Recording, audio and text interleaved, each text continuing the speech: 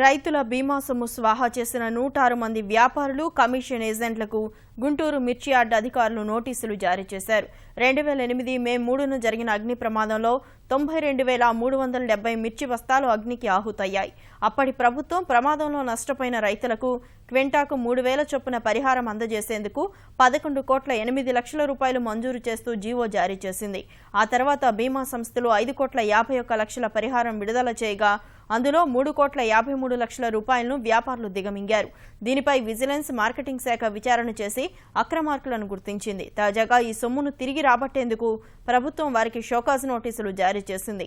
వీటికి స్పందించుకుంటే లైసెన్సులు రద్దు చేస్తామని మిర్చి యార్డు చైర్మన్ మన్నవ సుబ్బారావు హెచ్చరించారు.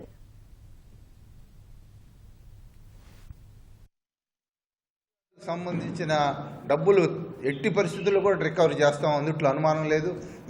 ఈ యొక్క యార్డుకు సంబంధించిన ఇది ప్రజాధనం, రైతాంగానికి సంబంధించింది, రైతులు తెచ్చే పంటకు సంబంధించిన పన్నుల ద్వారా వచ్చే డబ్బు కాబట్టి ఇందులో ఒక్క రూపాయి కూడా వదిలిపెట్టే ప్రశ్నే లేదు. తప్పకుండా వాళ్ళ నుంచి మట్టికి రాబట్టడం జరుగుతుంది. దానిలో ఎవరైనా దీని కనుక చెల్లించకపోతే వాళ్ళ లైసెన్సులు కూడా క్యాన్సిల్ చేయడం జరుగుతుంది. వాళ్ళు మళ్ళీ తిరిగి ఈ యార్డులో వ్యాపారం చేసే అవకాశం కూడా ఉండదు.